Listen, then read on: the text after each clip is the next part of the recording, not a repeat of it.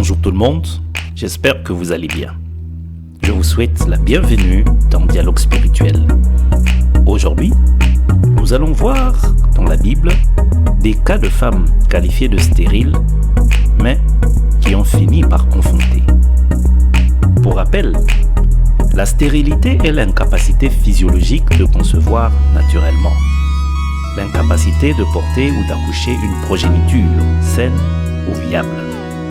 Scientifiquement, une femme est considérée comme infertile après 2 ans d'essai infructueux.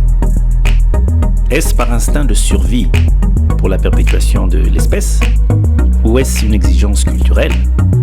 La stérilité est vécue difficilement par les hommes et les femmes et dans toute société. Des couples ont même fini par divorcer ou marcher dans l'infidélité. La science a exploré des voies de solution, mais bien de cas restent insolubles pour les hommes. Oui, pour les hommes, mais pas pour Dieu. C'est parti. Voici 6 cas de femmes stériles dans la Bible qui ont fini par enfanter. Premier cas. Élisabeth, mère de Jean. Zacharie était sacrificateur en Israël. Lui et Élisabeth, son épouse, étaient fort avancés en âge et n'avaient pas d'enfants. Cela est repris dans le livre de l'Évangile de Luc, au chapitre 1er, verset 7, qui dit « Ils n'avaient point d'enfants parce qu'Élisabeth était stérile, et ils étaient l'un et l'autre avancés en âge. » Il faut savoir que dans beaucoup de peuples, et même chez les Juifs à l'époque, être privé d'enfants était considéré comme un malheur ou une opprobre. Et cela est mentionné dans le livre toujours de Luc au chapitre 1 verset 25 et même dans le livre de la Genèse au chapitre 30 verset 23. Toutefois, si même tout espoir d'avoir des enfants s'évanouit, Dieu peut intervenir pour honorer sa fidélité et la confiance que les siens mettent en lui. Ainsi, alors que Zacharie officiait dans le tabernacle, Gabriel, l'ange de Dieu, lui apparut et lui fit part d'une promesse, d'un message divin.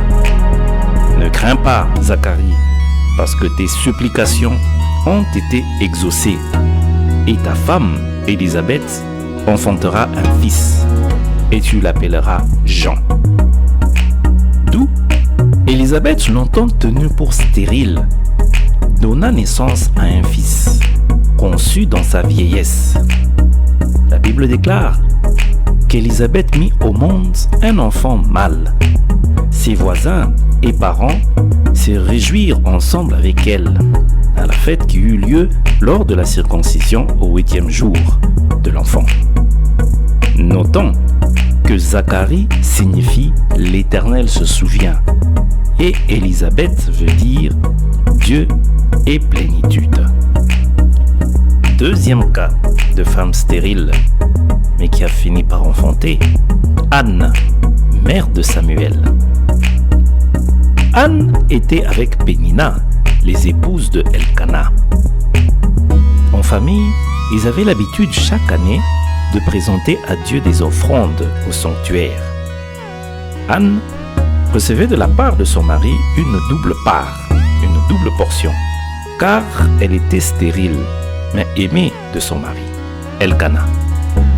Nous pouvons lire cela dans 1 Samuel, chapitre 1, verset 5. Le passage dit « Mais il donnait à Anne une portion double, car il aimait Anne, que l'Éternel avait rendue stérile. » Pénina, sa coépouse, l'exaspérait et l'attristait souvent, en lui rappelant qu'elle était stérile. C'est alors qu'Anne se rendit au sanctuaire et pria Dieu dans le silence. On peut lire cet événement dans 1 Samuel, chapitre 1, versets 12 à 17. Anne priait dans son cœur. Seules ses lèvres remuaient et l'on n'entendait pas sa voix. Élie le sacrificateur, pensant qu'elle était ivre, lui dit de cuver son vin. Anne répondit en disant qu'elle n'était pas ivre, mais que le chagrin l'a amenée à prier ainsi. C'est alors qu'Élie lui répondit, « Va en paix, et que le Dieu d'Israël t'accorde ce que tu lui as demandé. » En effet, Anne, dans sa prière, demandait à l'Éternel de lui donner un enfant, et avec promesse et vœu, lui disant que s'il lui donnait un enfant, elle lui consacrerait cet enfant. Après les paroles d'apaisement d'Élie, Anne s'en retourna chez elle. Et le Seigneur se souvient d'elle. Elle conçut et enfanta un fils auquel elle donna le nom de Samuel, qui veut dire Dieu exauce. C'est ainsi que le 2e chapitre du premier livre de Samuel s'ouvre et glorifie l'Éternel, loue l'Éternel du bien qu'il a fait. Nous pouvons lire cela dans le 2e chapitre de 1 Samuel. 3e cas de femme stérile et que Dieu à qui Dieu a donné un enfant, c'est la mère de Samson. Nous pouvons lire cela dans le livre de Juges, chapitre 13, verset 3. Je ne serai pas très large là-dessus, mais le passage dit qu'un ange de l'Éternel apparut à la femme et lui dit « Voici, tu es stérile et tu n'as point d'enfant. Tu deviendras enceinte et tu enfanteras un fils. » Dieu peut tout, lui qui est omniprésent, omnipotent, omniscient et souverain. 4e cas de femme stérile ayant enfanté, le cas de Rachel, femme de Jacob. Nous pouvons lire cela dans le livre de Genèse chapitre 29, verset 31. Ce passage dit « L'Éternel vit que Léa n'était pas aimée. Il la rendit féconde, tandis que Rachel était stérile. » Jacob, qui fouillait son frère Ésaü, se rendit auprès de Laban, son oncle. C'est là qu'il rencontra Rachel, fille de Laban, et Léma. Il travailla dur durant 7 ans pour la main de sa bien-aimée, mais Laban, par ruse, lui donna sa fille aînée, Léa, puis par après lui donna Rachel, sous la condition bien sûr qu'il travaille encore durant 7 autres années. Léa enfanta plusieurs enfants, alors que Rachel fut stérile. Cependant, Genèse 30, verset 27, déclare que Dieu se souvint d'elle, se souvint de Rachel, et il l'exauça, il la rendit féconde. Rachel mit au monde plus tard Joseph et Benjamin.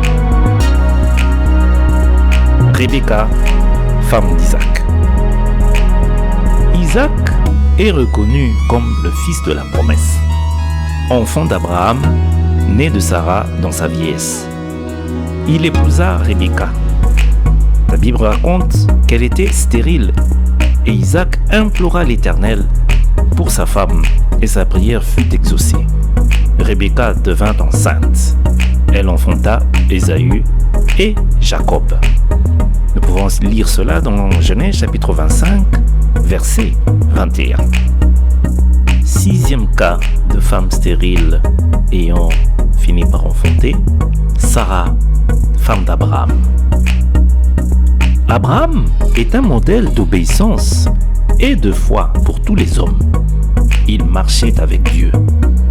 Sa femme Sarah était malheureusement stérile. Cela est repris dans le livre de la Genèse, chapitre 11, verset 30. Sarah était stérile, elle n'avait point d'enfant, et tous deux étaient fort âgés. Notons qu'Abraham était âgé de plus de 90 ans, et Sarah, sa femme, avait plus de 80 ans. Malgré tout cela, Abraham garda confiance en Dieu, qui lui promit à maintes reprises qu'il lui donnerait un fils. Sarah s'impatienta et donna à son mari sa servante Agar. Ainsi Ismaël naquit. Nous pouvons lire cela dans Genèse chapitre 16, verset 15. Quand il eut 99 ans, Dieu promit de nouveau un enfant à Abraham à travers Sarah. Cela est difficile à croire en effet. Et même Sarah rit en elle-même, disant « Maintenant que je suis vieille, aurais-je des désirs ? Mon Seigneur, en parlant de son mari, est aussi vieux. » Nous pouvons lire cela dans le livre de Genèse, chapitre 17 et le chapitre 18. Mais Dieu tint à sa promesse et sa parole s'accomplit. Dans sa vieillesse, Sarah enfanta un enfant à qui fut donné le nom d'Isaac. Nous pouvons lire cela dans Genèse 21, chapitre 2. Tous ces récits bibliques sont des témoignages qui renforcent notre foi en la grandeur de Dieu. Rien ne lui est impossible. La stérilité est un fait vécu difficilement par les hommes. La science essaye d'apporter des solutions, mais bien de cas, comme nous l'avons dit dès le départ, restent insolubles.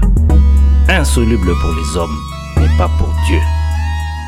Anne déclara dans le livre de Samuel, chapitre 2, le premier livre, que Dieu fait grâce et que ceux qui s'appuient sur lui, ceux qui espèrent en lui, trouvent toujours des solutions.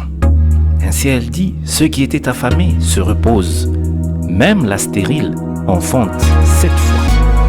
Le psaume 113, verset 9 dit, il donne une maison à celle qui était stérile.